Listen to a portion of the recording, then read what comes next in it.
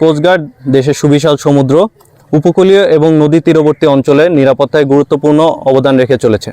পাশাপাশি বাংলাদেশের মৎস্য সম্পদ রক্ষায় জাটকা নিধন প্রতিরোধ, মাইলিশ সংরক্ষণ এবং সমুদ্রে মাছ ধরায় নিষেধাজ্ঞাকালীন কঠোর নজরদারি এবং প্রতিনিয়ত কোস্টগার্ডের অভিযান অব্যাহত রেখেছে।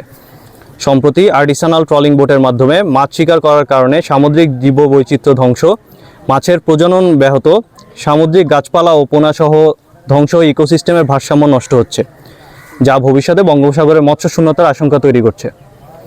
অবৈধ আর্টিসানাল ট্রলিং বোটের বিরুদ্ধে ধারাবাহিক অভিযান চলমান থাকায় এর ব্যবহার অধিকাংশ কমেছে, যার ফলে সমুদ্র নদীতে মাছের প্রচুরতা বৃদ্ধি পাচ্ছে।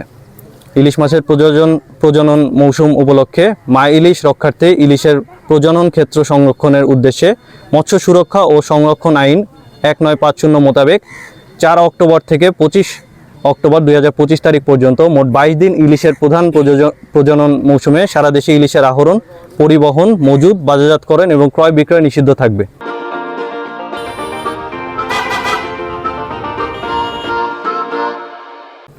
এই উপলক্ষে মাইলিশ সংরক্ষণ কার্যক্রম সফলভাবে বাস্তবায়নের লক্ষ্যে সব রকম ব্যবস্থা নিয়েছে কোস্টগার্ড দক্ষিণ জোন।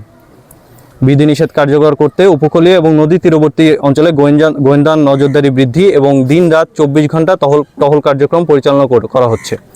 পাশাপাশি জেলেদের মাঝে সচেতনতা বৃদ্ধির লক্ষ্যে মাইকিং, লিফলেট বিতরণ ও আলোচনা সভার আয়োজন এবং সকলকে আইন মেনে চলার আহ্বান জানানো হচ্ছে।